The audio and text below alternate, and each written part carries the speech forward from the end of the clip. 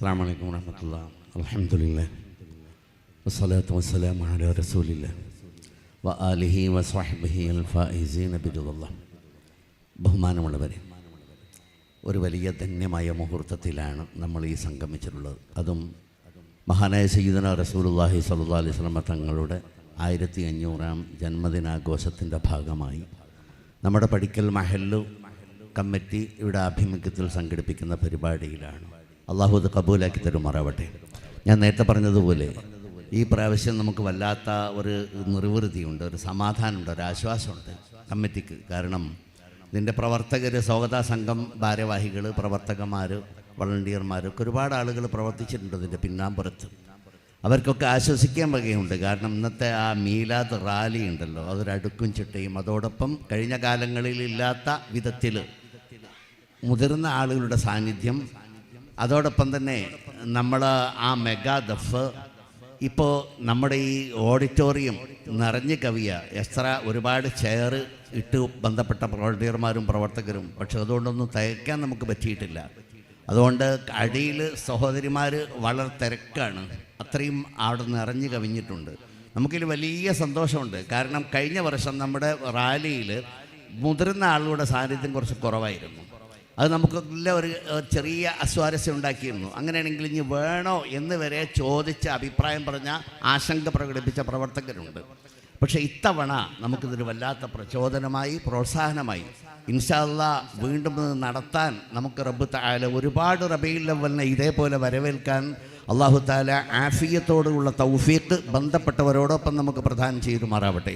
മഹല്ല് കമ്മിറ്റിയുടെ തീരുമാനപ്രകാരമുള്ള 1-2 പ്രധാനപ്പെട്ട കാര്യങ്ങൾ നിങ്ങളെ അറിയിക്കാൻ വേണ്ടിയാണ് ഈ അധ്യക്ഷ പ്രസംഗ വേദി ഞാൻ ഉപയോഗപ്പെടുത്തുന്നത്. ഒന്ന്, നമ്മുടെ പരിശുദ്ധമായ പള്ളി നമുക്കൊക്കെ അറിയാം, ഒരു വർഷം പിന്നിടുകയാണ്. അതിൻ്റെ പുനർനിർമ്മാണ പ്രവൃത്തി ആരംഭിച്ചിട്ട് ഒരു വർഷം പിന്നിടുക. ആ പള്ളി അൽഹംദുലില്ലാഹ് അള്ളാഹുവിൻ്റെ അതിമഹത്തായ അനുഗ്രഹം കൊണ്ട്, തൗഫീഖ് കൊണ്ട് നമ്മളൊക്കെ പ്രതീക്ഷിച്ചതിനേക്കാൾ ഏറെ അതിൻ്റെ നിർമ്മാണ പ്രവൃത്തി അവസാന ഘട്ടത്തിൽ എത്തി നിൽക്കുക. നിങ്ങൾ കണ്ടില്ലേ, പോകുമ്പോഴും വരുമ്പോഴൊക്കെ നോക്കാറില്ലേ, ഈ നാഷണൽ ഹൈവേയുടെ ഓരത്ത് സുബ്ഹാനല്ലാഹ് വലിയ ഈ നാട്ടിന്, മഹല്ലത്തിന് അഭിമാനമായി, ഐശ്വര്യമായി നാഷണൽ ഹൈവേയുടെ ഓരത്ത് ഇങ്ങനെ തല ഉയർത്തി നിൽക്കുന്ന നമ്മുടെ പരിശുദ്ധമായ പള്ളി, അത് ഈ വരുന്ന റമളാനിൽ ഇബാദത്തിന് വേണ്ടി നമ്മുടെ മഹല്ല് നിവാസികൾക്ക്, മുഅ്മിനീങ്ങൾക്ക് തുറന്നു കൊടുക്കാനുള്ള തൗഫീഖിന് വേണ്ടി നിങ്ങളൊക്കെ ദുആ ചെയ്യണം. റബ്ബ് തആല അത് കബൂലാക്കി തരുമാറാവട്ടെ. കാരണം ഈ വരുന്ന തറാവീഹ് നിസ്കാരം, ഈ ബദ്രീങ്ങളെ ആണ്ട്, അതേപോലുള്ള ഇബാദത്തുകൾ മുഴുവനും ആ പള്ളിയിൽ വെച്ച് നടത്താൻ നമുക്ക് സാധ്യമാക്കണം. റബ്ബ് തആല അതിന് തൗഫീഖ് നൽകുമാറാവട്ടെ. അതുകൊണ്ട് അതിനുള്ള തീവ്രമായ പ്രവർത്തനങ്ങളാണ് മഹല്ല് കമ്മിറ്റിയും പുനർനിർമ്മാണ കമ്മിറ്റിയും ഒക്കെ സംയുക്തമായി നടത്തിക്കൊണ്ടേയിരിക്കുന്നത്. അതുകൊണ്ട് അതിൻ്റെ പിന്നിൽ ഞാൻ ഈ പറഞ്ഞു വരുന്നത്, നമുക്കറിയാം എൻ്റെ പ്രിയപ്പെട്ടവരെ, പലപ്പോഴും പല വേദിയിലും, കഴിഞ്ഞ റബീഉൽ അവ്വലിൻ്റെ വേദിയിലും, ഇവിടെ മഹല്ലത്തിലെ 10 മദ്രസയിലെ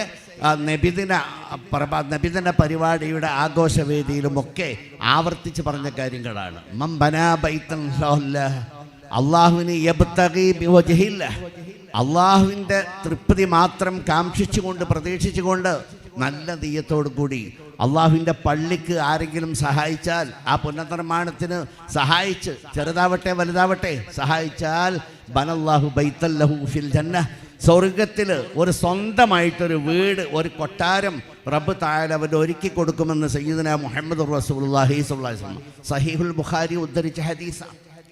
ഈ ഹദീസിൻ്റെ തുടർന്ന് കാണാം, ഒരു മിസ്ല മഫ്ലസി ഖത്താത്തിൻ, ഒരു ചെറിയ മരുഭൂമിയിലുള്ള ഒരു ചെറിയ കൊച്ചു കിളിയുടെ പേരാണത്. മരുഭൂമിയിലുള്ള ആ കിളി മുട്ടയിടാൻ സമയത്ത്, അതിന് സമയമായാൽ അത് മരുഭൂമിയിലെ ആ മണ്ണ് ഇങ്ങനെ കാലുകൊണ്ട്, വളരെ കുഞ്ഞിക്കാല, നമ്മുടെ ഈ കുരുവി പോലെ വലുപ്പമുള്ള ഒരു ഡെസർട്ടിലുണ്ടാകുന്ന, മരുഭൂമിയിലുണ്ടാകുന്ന ഒരു പക്ഷിയാണ്. ആ പക്ഷി സഹീഹ ഹദീസാണ്, സഹീഹുൽ ബുഖാരിയുടെ. ആ പക്ഷി ഇങ്ങനെ ചെറിയ കുഞ്ഞിക്കാലുകൊണ്ട് പതുക്കെ മുട്ടയിടാനാവുമ്പം വന്നിട്ട് ആ കുഞ്ഞിക്കാലുകൊണ്ട് ആ മണ്ണിങ്ങനെ പതുക്കെ ചുരണ്ടി മണിക്കൂറുകൾ എടുത്തിട്ടാണ്. കാരണം അത്രയും ചെറുതാ ആ മണ്ണ്, ചെറിയൊരു കുഴിയാക്കും. ആ കുഴിയുടെ അത്രയെങ്കിലും നിങ്ങൾ പള്ളി നിർമ്മാണവുമായി സഹകരിച്ചാൽ നിങ്ങൾക്ക് സ്വർഗത്തിൽ ഒരു കൊട്ടാരം സ്വന്തമായി ലഭ്യമാണ് എന്ന് സയ്യിദുനാ മുഹമ്മദ് റസൂലുള്ളാഹി സ്വല്ലല്ലാഹി അലൈഹി വസല്ലം. എൻ്റെ പ്രിയമുള്ളവരെ, നമുക്ക് മാത്രമല്ല, നമ്മുടെ ഉമ്മാക്കൊരു കൊട്ടാരം വേണ്ടേ നാളെ സ്വർഗത്തിൽ?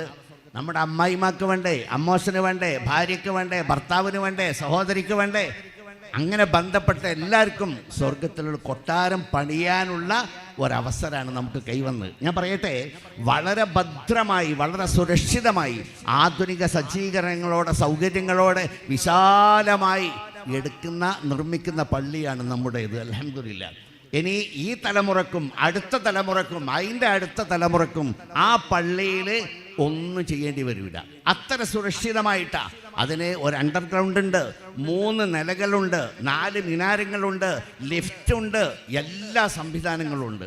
ആ സംവിധാനത്തോടു കൂടി വളരെ സുരക്ഷിതമായി, വളരെ ഭദ്രമായിട്ടാണ് നിർമ്മാണം നടന്നുകൊണ്ടേയിരിക്കുന്നത്. അൽഹംദുലില്ലാഹ്. അള്ളാഹു അത് പൂർത്തിയാക്കി അതിൽ നിന്ന് ഇബാദത്ത് ചെയ്യാനുള്ള തൗഫീഖ് അള്ളാഹു പ്രദാനം ചെയ്തു വരുമാറാവട്ടെ. എൻ്റെ പ്രിയപ്പെട്ടവരോട് നെഞ്ചോട് ചേർത്ത് വെച്ചുകൊണ്ട് എനിക്ക് പറയാനുള്ളത്, നമ്മളിൽപ്പെട്ട ബന്ധപ്പെട്ട ഒരുപാട് ആളുകൾ, 100 കണക്കിൽ ആളുകൾ ആ പള്ളിയുടെ ചാരത്തുള്ള ഖബർസ്ഥാനിൽ അന്ത്യവിശ്രമം കൊള്ളുന്നവരെ അള്ളാഹു അവർക്ക് മഗ്ഫിറത്തും മർഹമത്തും നൽകുമാറാവട്ടെ. നമ്മളെയും അവരെയും അവൻ്റെ ജന്നാത്തുൽ ഫിർദൗസിൽ ഒരുമിച്ച് കൂട്ടി തരുമാറാവട്ടെ. ഞാൻ പറഞ്ഞു വരുന്നത്, ആ ബന്ധപ്പെട്ടവരൊക്കെ ഇന്നും ഇന്നലെയും മിനിയാന്നുമായിട്ട് മരണപ്പെട്ട ആളുകൾ പോലുമുണ്ട്. ആ ആളുകളൊക്കെ ഈ പള്ളിയുടെ ഭാഗത്തേക്ക് അവരുടെ കവിള് തിരിച്ചു വെച്ചുകൊണ്ടാക്കണം അവിടെ ആ അന്ത്യവിശ്രമം കൊള്ളുന്നത്. നമ്മളും പ്രതീക്ഷിക്കുന്നത് ആ ഖബർസ്ഥാനിൽ ചെന്ന് കിടക്കണമെന്നാണ്. അതിൻ്റെ ഓരത്താണ് ഈ പള്ളിയുള്ളത്. ആ പള്ളിയിലേക്ക് നോക്കിയിട്ടാണ് നമ്മുടെ കിടപ്പ്. നിങ്ങൾ നോക്ക്, എന്തെങ്കിലും ഒന്ന് ആ പള്ളിക്കായി നമ്മളതായിട്ട് അവിടെ കിടന്നോട്ടെ, എന്തെങ്കിലും ഒന്ന്. അത് നമുക്ക് വലിയ മഹാനായി റസൂലുള്ള പറഞ്ഞതുപോലെ, ഇദാ മാത്തൽ മുസ്ലിമു ഇൻഖത അമലുഹു ഇല്ലാ മിൻ സലാഹ്. ഒരു മനുഷ്യൻ മരിച്ചാൽ അവൻ്റെ ഭൗതിക ജീവിതം അവസാനിക്കുമ്പോൾ അവൻ്റെ എല്ലാം നിശ്ചലമായി, എല്ലാ പ്രവർത്തനങ്ങളും. അതിൽ നിശ്ചലമാകാത്ത ഒരു കാര്യം സദഖത്തിൻ ജാരിയായ സദഖ. എന്നും പ്രതിഫലം ഇങ്ങനെ വഴിഞ്ഞു ഒഴുകിക്കൊണ്ടേയിരിക്കുന്ന, പ്രതിഫലം ലഭ്യമാകുന്ന, ഇടമുറിയാതെ അണമുറിയാതെ പ്രതിഫലം വന്നുകൊണ്ടേയിരിക്കുന്ന ഈ ഒരു സദഖയുണ്ട്. ധർമ്മം, സംഭാവന, സഹായം, അത് ഒരിക്കലും നഷ്ടപ്പെടില്ല. നമ്മൾ ജീവിച്ചാലും മരിച്ചാലും അതിൻ്റെ പ്രതിഫലം ആ ഖബറിലേക്ക് അല്ലെങ്കിൽ നമ്മുടെ അക്കൗണ്ടിലേക്ക് ഇങ്ങനെ പ്രവഹിച്ചു കൊണ്ടേയിരിക്കും. റബ്ബ് തആല നമുക്കതിനൊക്കെ തൗഫീക്ക് നൽകുമാറാവട്ടെ. നിങ്ങൾ നോക്ക്, അത് ഏതാണെന്നറിയോ? പള്ളി നിർമ്മാണമാണ് അതിലൊന്ന്. ആ പള്ളി നിർമ്മാണത്തിൽ ഭാഗവാക്കാവുമ്പോൾ ആ പള്ളിയിൽ വെച്ച് ഒരാൾ ഖുർആൻ ഓതി, ആ പള്ളിയിൽ വെച്ച് ഒരാൾ ഇൽമ പഠിച്ചു, ആ പള്ളിയിൽ വെച്ച് ഒരാൾ സുജൂദ് ചെയ്തു, ആ പള്ളിയിൽ വെച്ച് ഒരാൾ സലാത്ത് ചൊല്ലി, ആ പള്ളിയിൽ വെച്ച് ഒരാൾ ദിക്ർ ചൊല്ലി. അതിൻ്റെയൊക്കെ പ്രതിഫലത്തിൻ്റെ ഒരു ഭാഗം അവർക്ക് കുറയാതെ തന്നെ നമ്മുടെ അക്കൗണ്ടിലേക്ക് ഇങ്ങനെ വന്നുകൊണ്ടേയിരിക്കും. ഇപ്പോൾ ആ പള്ളിയുടെ നിർമ്മാണത്തിൻ്റെ അവസാന ഘട്ട, അതിൻ്റെ ലാസ്റ്റ് ഘട്ടമാണ്. നമുക്കൊക്കെ അത് മനസ്സിലാക്കിയിട്ടുണ്ടാകുമെന്നാണ് ഞാൻ പ്രതീക്ഷിക്കുന്നത്. നമുക്കറിയാം, ഇപ്പം അതിന് AC-യുടെ പണി നടന്നുകൊണ്ടേയിരിക്കുകയാണ്. വിദഗ്ധരായ AC സംബന്ധമായ വിദഗ്ധരായ ആളുകളെ വരുത്തി അതിൻ്റെ പള്ളിയുടെ അകത്തളം, അതിൻ്റെ വിശാലത അളന്ന് ആ പള്ളി ഒരു മിതമായ രീതിയിൽ തണുക്കണമെങ്കിൽ അതിന് 25.5 ടൺ AC വേണമെന്ന് നിർദ്ദേശിച്ചു. ആ നിർദ്ദേശാടിസ്ഥാനത്തിൽ ഡക്റ്റ് AC ആണ്, സ്പ്ലിറ്റ് അല്ല. അങ്ങനെ ഡക്റ്റ് AC വെക്കാൻ തീരുമാനിച്ചു. മറ്റേ AC വെച്ചാൽ അതിൻ്റെ മധ്യഭാഗത്തേക്ക് തണുപ്പ് എത്തൂല എന്ന് പറഞ്ഞു. തണുപ്പിക്കലല്ല നമ്മുടെ ലക്ഷ്യം, ഇബാദത്തിന് തടസ്സമാകുന്ന ചൂടില്ലാതാക്കല, അല്ലാതെ അവിടെ ഭയങ്കര തണുപ്പുണ്ടാക്കിയിട്ട് അവിടെ സുഖിക്കാനൊന്നുമല്ല. അപ്പം അങ്ങനെ ആ AC വെക്കാൻ തീരുമാനിച്ചു. അതിൻ്റെ കൊട്ടേഷൻ ക്ഷണിച്ചു. അതിന് 8,60,60,000 അതിൻ്റെ കരാർ ഉറപ്പിച്ചു. ഏകദേശം ഒരു 9 ലക്ഷത്തോളം ടോട്ടൽ ചെലവ് അതിന് വരും. കാരണം വേറെ ചില വർക്കുകൾ, കട്ടിങ്ങുകളൊക്കെ കമ്മിറ്റി ചെയ്ത് കൊടുക്കേണ്ടതുണ്ട് അവർക്ക്. 9 ലക്ഷത്തോളം വരും. അതിന് 1 ടൺ AC-ക്ക് 35,000 രൂപയാണ് ചിലവ് നമ്മൾ ഏകദേശം കണക്കാക്കിയിട്ടുള്ളത്, എൻജിനീയർ. അപ്പോൾ അത് കേട്ടറിഞ്ഞപ്പോൾ ഒരു സഹോദരി നമ്മുടെ പ്രദേശത്ത് വിവാഹം ചെയ്യപ്പെട്ട് വന്ന, ഇവിടുത്തെ ഈ മഹലിലേക്ക് വന്ന ഒരു മരുമകളാണ്. അവളുടെ ഉമ്മ മറ്റൊരു മഹലിലാണ്. ആ ഉമ്മ മരണപ്പെട്ടിട്ടുണ്ട്. ആ ഉമ്മാൻ്റെ പരലോക ഗുണത്തിന് ആ ഉമ്മാക്ക് നാളെ സ്വർഗലോകത്ത് സ്വന്തം ഒരു കൊട്ടാരം പണിയാൻ വേണ്ടി ആ സഹോദരി 2.5 ടണ്ണ് AC-ക്കുള്ള കാശ് മഹല്ല് കമ്മിറ്റി ഭാരവാഹികളെ അതിരാവിലെ വിളിച്ചു വരുത്തി അവർ ആ നിറകണ്ണുകളോട് ഏൽപ്പിച്ചത് ഞാൻ ഓർത്തു പോവുകയാണ്. നമ്മളാരും ചെന്ന് ചോദിച്ചതോ ആവശ്യപ്പെട്ടതോ അല്ല. അതേപോലെ നോക്ക്, മഹല്ല് പര്യടനം നടക്കുന്ന സമയം ഒരു സഹോദരി വന്നു പറഞ്ഞൊരു വീട്ടിൽ ചെന്നപ്പോൾ സഹോദരി പറഞ്ഞു, എൻ്റെ അടുത്ത് ഒന്നുമില്ലല്ലോ പള്ളിക്ക് തരാൻ, ബന്ധപ്പെട്ട ഞാനടക്കമുള്ള ആളുകൾ പറഞ്ഞു, കമ്മിറ്റിയുടെ ബന്ധപ്പെട്ടവർ പറഞ്ഞു, വേണ്ട അങ്ങനെ ബുദ്ധിമുട്ടായിട്ടൊന്നും തരണ്ട, ഇനി എന്തെങ്കിലും ഉണ്ടാകുന്ന സമയത്ത് നിങ്ങളൊരു വിഹിതം കൊടുത്താൽ മതി, ഇതിലൊരു ഭാഗവാക്കാകാൻ വേണ്ടി എന്ന് പറഞ്ഞു. അപ്പോൾ ആ സഹോദരി ഞങ്ങൾ തിരിച്ചു പോകാൻ ഒരുങ്ങുമ്പോൾ ആ സഹോദരിയുണ്ട് കണ്ണിങ്ങനെ നിറഞ്ഞൊഴുകുക, വിറയുന്ന കൈകളാൽ സ്വന്തം കാതിലെ കമ്മൽ ഊരിയിട്ട് ഇതാ നാളെ എനിക്ക് സ്വർഗത്തിലൊരു വീടുണ്ടാകട്ടെ എന്ന് പറഞ്ഞ് നിറകണ്ണുകളോടെ നീട്ടിത്തന്നത് ഞാൻ ഓർത്തു പോകുക. ഈ സന്ദർഭത്തിൽ അള്ളാഹു അത് കബൂലാക്കി തരുമാറാവട്ടെ. ഈ തൊട്ട ദിവസം ഒരു സഹോദരി നമ്മുടെ ട്രഷറർ കൂടിയായ PK അബ്ദുറഹ്മാൻ സാഹിബിനെ സമീപിച്ചിട്ടു. ആ സഹോദരിൻ്റെ ഭർത്താവ് വന്നിട്ട് പറഞ്ഞു, ഇതാ എൻ്റെ ഭാര്യ ഉംറയ്ക്ക് പോകാൻ കുറേ കാലമായി ആഗ്രഹിക്കുന്നു, പക്ഷേ ഉംറയ്ക്ക് പോകാനുള്ള സാമ്പത്തിക ശേഷി ഇതുവരെ എത്തിയിട്ടില്ല. ഓൾ സ്വന്തം കോയിനെ വാങ്ങിയിട്ട് കുറേ കോയിനെ വളർത്തും, അത് വിൽക്കും, പിന്നെ അതിൻ്റെ കോയിൻ്റെ മുട്ട വിൽക്കും, അങ്ങനെ ലൂടി സ്വരുക്കൂട്ടി വെച്ച പൈസയാണിത്. 10,000 ഉറുപ്പ്യുണ്ട്. അതുകൊണ്ട് ഇത് പള്ളിക്ക് കൊടുത്തിട്ട് നാളെ എനിക്ക് ആഖിറത്തിലേക്ക് ഒരു കൊട്ടാരം എന്തായാലും കിട്ടുമല്ലോ എന്ന് പറഞ്ഞുകൊണ്ട് ഏൽപ്പിച്ചതാണ് എന്ന് പറഞ്ഞ് കൊടുത്തിട്ട് ആ സഹോദരന് വളരെ സന്തോഷത്തോടെ ആ റെസിപ്റ്റ് വാങ്ങിപ്പോയത് ഓർക്കുക. എൻ്റെ പ്രിയപ്പെട്ടവരോട് പറയാനുള്ളത്, ഇപ്പോൾ ഇതിന് കൊടുക്കേണ്ടത് AC ആയിട്ടും അതേപോലെ ടൈൽസ്, അതേപോലെ പിന്നെ ടൈൽസ് പറയുമ്പോൾ താഴെ ഒരു ഫ്ലോറിൻ്റെ ടൈൽസ് ഫുള്ള് 2 വ്യക്തികൾ ഏറ്റെടുത്തിട്ടുണ്ട്. വലിയ ഉന്നത ടൈൽസോ ഭയങ്കര വിലയുള്ള ടൈൽസോ എന്നാണ് ഉദ്ദേശിക്കുന്നത്, കാർപ്പറ്റ് ഇടുന്നതാണ്. അതിൻ്റെ അടിയിൽ വിരിക്കാനുള്ള, അതേപോലെ ചുമരിൽ വാൾ വിരിക്കാനുള്ള ഒക്കെ ടൈലാണ് ഉദ്ദേശിക്കുന്നത്. അതേപോലെ മാർബിൾ, നമ്മളെ ഒതുവുണ്ടാക്കി കയറുന്ന ഭാഗത്തേക്കുള്ള ഗ്രാനൈറ്റ് മാർബിള്, പിന്നെ സ്ലിപ്പാകാതിരിക്കാൻ വഴുതി പോകാതിരിക്കാൻ വേണ്ടിയുള്ള ഒരു സ്റ്റോൺ ഉണ്ട്. അതേപോലത്തെ സാധനങ്ങളൊക്കെ ഇപ്പോൾ ആവശ്യമുള്ള ടൈമാണ്. അതേപോലെ പള്ളിയിലേക്ക് 3 നിലയിലേക്കും ഫാന് വേണം. ഒരു ഫാനിന് BLDC ഫാനിന് ഒരു ഫാനിന് ഒന്നിച്ച് ഹോൾസെയിലായിട്ട് എടുക്കുമ്പോൾ ഒരു നല്ല കുഴപ്പമില്ലാത്ത ഫാനിന് 4,000 ഉറുപ്പ്യ വരുമ്പോൾ ബന്ധപ്പെട്ട ആളുകൾ അറിയിച്ചിട്ടുള്ളത്. ഇതേപോലെ തന്നെ നമുക്ക് കാർപ്പറ്റ് വേണം, മിമ്പർ വേണം, നമ്മുടെ മെഹ്റാബ്, ഇമാം നിൽക്കേണ്ട മെഹ്റാബ് പാനൽ ചെയ്യണം മരം കൊണ്ട്.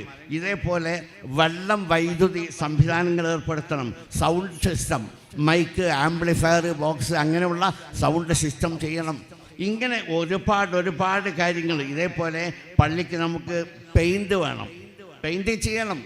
ആരെങ്കിലും വക ഒരു ടിൻ്റെ പെയിൻറ്റ് എൻ്റെ വക, മറ്റൊരു ടിൻ്റെ എൻ്റെ വക എന്ന് പറഞ്ഞാൽ, അല്ലെങ്കിൽ ഒരു 100 സ്ക്വയർ ഫീറ്റ് ടൈല് എൻ്റെ നാട്ടിലെ എൻ്റെ അഭിമാനമായ ഐശ്വര്യമായ ആ പള്ളിക്ക് കിടക്കട്ടെ എന്ന് തീരുമാനിക്കാനാണ് ഞാൻ ഈ പറയുന്നത്. ഒരു 100 സ്ക്വയർ ഫീറ്റ്, അല്ലെങ്കിൽ അവിടെ ഹൗലിൻ്റെ ഭാഗത്തേക്കുള്ള ഗ്രാനൈറ്റ് എൻ്റെ ഭാഗയാകട്ടെ എന്ന് പറയാൻ നമുക്ക് സാധിക്കണം. അതുകൊണ്ട് എൻ്റെ വളരെ നീട്ടിപ്പരത്തി പറയാനുള്ള സന്ദർഭമല്ല, പരിമിതമായ സമയം നമുക്ക് ഇനി ബാക്കിയുള്ളൂ.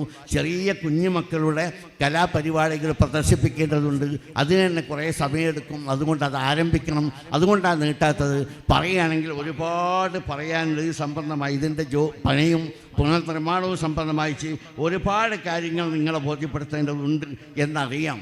പക്ഷേ ഈ സന്ദർഭത്തിൽ അത് എല്ലാം കൂടെ പറയുന്നത് ശരിയല്ല എന്ന് മനസ്സിലാക്കിയാണ് ചുരുക്കുന്നത്. അതുകൊണ്ട് പരമാവധി, അതേപോലെ ഞാൻ പറയട്ടെ, നമ്മൾ ഇവിടെ നിന്ന് വിവാഹം ചെയ്യപ്പെട്ടു പോയ സഹോദരിമാരുണ്ട്, മക്കൾ, പെങ്ങൾ, ഉമ്മമാർ, അങ്ങനെ വിവാഹം ചെയ്യപ്പെട്ടു പോയ മറ്റ് മഹലിലേക്ക് വിവാഹം ചെയ്ത് കൊണ്ടുപോയ സഹോദരിമാർ.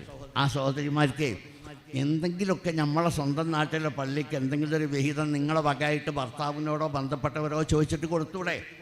എൻ്റെ നാട്ടിലെ, എൻ്റെ മഹലിലെ, ഞാൻ ജനിച്ചു വളർന്ന പള്ളിക്ക് എൻ്റെ വക ഒരു 200 സ്ക്വയർ ഫീറ്റ് ടൈല്, അല്ലെങ്കിൽ ഒരു 10 ഫാന്, അങ്ങനെ ഒന്ന് ചിന്തിച്ചൂടെ? നമ്മളെ ബന്ധപ്പെട്ടവരോട് കാര്യങ്ങളൊക്കെ അന്വേഷിച്ച് പറഞ്ഞ് ചർച്ച ചെയ്തിട്ട് ശ്രമിച്ചാൽ ഇതിനൊക്കെ സാധ്യമാകും. വളരെ എളുപ്പത്തിൽ നമ്മൾ ഈ പണികളൊക്കെ തീർക്കാനും പറ്റും. ഇതേപോലെ തന്നെ പള്ളിയിൽ വെള്ളത്തിൻ്റെ സൗകര്യങ്ങൾ, വയറിങ്, പ്ലംബിങ്, ഏത് കാര്യത്തിനും നമുക്ക് സാധിക്കാം. അത് സ്വയം ഏറ്റെടുക്കാൻ വേണ്ടി എല്ലാവരും തയ്യാറായാൽ ഈ പള്ളിപ്പണി എത്രയും പെട്ടെന്ന് തീർത്ത് നമുക്ക് ഇൻഷാ അല്ലാഹ് അടുത്ത റമളാനിന് ഈ ഇബാദത്തിന് വേണ്ടി തുറന്നു കൊടുക്കാൻ നമുക്കതിന് സാധിക്കും. റബ്ബ് തആല തൗഫീഖ് നൽകുമാറാവട്ടെ. മറ്റ് മഹല്ല് കമ്മിറ്റിയുടെ ഒരു തീരുമാനമുള്ളത്, നമ്മുടെ മഹല്ലിൽ പറഞ്ഞാൽ നിങ്ങൾക്ക് വിശ്വാസമാവില്ല. നമ്മുടെ മഹല്ലിലെ വിവിധ ഭാഗങ്ങളിൽ ഇവിടെയുള്ള പലർക്കും അറിയാവുന്നതാണ്, ഈ മയക്കുമരുന്നിൻ്റെ വിപണനവും അതിൻ്റെ ഉപയോഗവും വല്ലാതെ വർദ്ധിച്ചു വരുന്ന സാഹചര്യത്തിൽ നമ്മുടെ മഹല്ല് കമ്മിറ്റി വളരെ ആഴത്തിൽ ചിന്തിച്ച് എന്ത് ചെയ്യാൻ പറ്റും നമുക്കിതിന് ഇതിൻ്റെ മുക്തിക്ക് വേണ്ടി ഇത് വിഭാടനം ചെയ്യാൻ എന്ത് ചെയ്യാൻ പറ്റുമെന്ന് ആഴത്തിൽ ചിന്തിച്ചതിൻ്റെ ഫലമായിട്ടാണ് മഹല്ല് കമ്മിറ്റി ആദ്യത്തെ പടി എന്നൊരു ബോധവൽക്കരണം നടത്താൻ തീരുമാനിച്ചു. അങ്ങനെ മഹല്ലിനെ 5 ഡിവിഷനാക്കി വിഭജിച്ചിട്ട് ഓരോ ഏരിയയിൽ വെക്കാൻ തീരുമാനിച്ചു. അൽഹംദുലില്ലാഹ് 2 ഏരിയയിൽ ഇപ്പോൾ അത് കഴിഞ്ഞു. അത് ബന്ധപ്പെട്ട നാർക്കോട്ടിക് ഉദ്യോഗസ്ഥന്മാർ, എക്സൈസ് ഉദ്യോഗസ്ഥന്മാർ ഒക്കെ വിളിച്ചു വരുത്തിയിട്ടാണ് ആ ക്ലാസ് നടത്തിയത്. ഇനി ബാക്കിയുള്ള 3 ഏരിയയിൽ നടക്കാനുണ്ട്. ശക്തമായ മഴ കാരണം കാലാവസ്ഥ എതിരായതുകൊണ്ടാണ് തൽക്കാലം നിർത്തിവെച്ചത്. ഇൻഷാ അല്ലാഹ് ഏറെ വൈകാതെ തുടരും. അതോടൊപ്പം തന്നെ നമ്മൾ ഓരോ 5 ഡിവിഷനിലും അതിന് പറ്റാവുന്ന ആളുകളെ തിരഞ്ഞെടുത്തുകൊണ്ട് ഒരു ജാഗ്രതാ സമിതിക്ക് രൂപം നൽകിയിട്ടുണ്ട്. ആ മയക്കുമരുന്ന് ആരാണ് വിൽക്കുന്നത്, ആരാണ് ഇത് വിപണനം നടത്തുന്നത്, ആരൊക്കെ അത് ഉപയോഗിക്കുന്നുണ്ട്, എവിടെ നിന്നാണ് നമ്മളെ മഹലിലേക്ക് കടന്നു വരുന്നത് എന്ന് നിരീക്ഷിക്കാനായി, അതിന് പ്രതിവിധി ഉണ്ടാക്കാനായി ഒരു ജാഗ്രതാ സമിതി 5 ഏരിയയിലും നമ്മൾ രൂപം നൽകിയിട്ടുണ്ട്. ഇൻഷാ അല്ലാഹ് ആ ജാഗ്രതാ സമിതിയിൽപ്പെട്ട അംഗങ്ങൾക്ക് ഇതെങ്ങനെ പ്രവർത്തിക്കണം, എന്ത് ചെയ്യണം, കണ്ടാൽ ഇത് ഒഴിവാക്കാനുള്ള മാർഗം എന്താണ് എന്ന് മനസ്സിലാക്കി കൊടുക്കാൻ വേണ്ടിയിട്ട് ഒരു ശില്പശാല, ഒരു വർക്ക്ഷോപ്പ് നമ്മുടെ പഠിക്കൽ മദ്രസയിൽ വെച്ച് ഇപ്പോൾ ഈ കഴിഞ്ഞ ഏതാനും ദിവസങ്ങൾക്ക് മുമ്പാണ് നടന്നിട്ടുള്ളത്. ഇൻഷാ അല്ലാഹ് അതിൻ്റെ പ്രവർത്തനങ്ങൾ വൈകാതെ മഹല്ലത്തിലേക്ക് അതിൻ്റെ ജാഗ്രതാ സമിതി ഇറങ്ങിത്തിരിക്കുകയാണ്. എല്ലാവരുടെ സഹായവും സഹകരണവും ഇക്കാര്യത്തിൽ ഉണ്ടാക്കണം. നേരത്തെ നമ്മുടെ ബഹുമാനപ്പെട്ട ഉസ്താദ് സൂചിപ്പിച്ചതുപോലെ ഒരുപാട് അനാചാരങ്ങൾ, ഒരുപാട് ദൂർത്തുകൾ നമ്മുടെ മഹല്ലത്തിൽ കഴിഞ്ഞ കാലത്തൊന്നും കണ്ടിട്ടില്ലാത്ത ഒരുപാട് അനാചാരങ്ങൾ നമ്മുടെ മഹല്ലത്തിൽ ഈ അടുത്തായിട്ട് കടന്നുകൂടിയിട്ടുണ്ട്. ഇതിനൊക്കെ ഒരു ബോധവൽക്കരണം നടത്തി ഇതിനൊക്കെ ഒരു മാറ്റം ഉണ്ടാക്കുന്നത് അനിവാര്യമാണ് എന്ന ബോധ്യം മഹല്ല് കമ്മിറ്റിക്കുണ്ട്. ഇൻഷാ അല്ലാഹ് ഏറെ വൈകാതെ അത്തരം പ്രവർത്തനങ്ങളിലേക്ക് മഹല്ല് കമ്മിറ്റി ഇറങ്ങിത്തിരിക്കും. എല്ലാവരുടെ സഹായ സഹകരണങ്ങളും ഉണ്ടാക്കണമെന്ന് ഈ സന്ദർഭത്തിൽ അഭ്യർത്ഥിച്ചുകൊണ്ട് ഞാൻ അവസാനിപ്പിക്കട്ടെ. വാഹുദൈവത്തി അൽഹംദുലില്ലാഹ്. അസ്സലാമു അലൈക്കും വറഹ്മത്തുള്ളാഹി വബറകാതുഹു.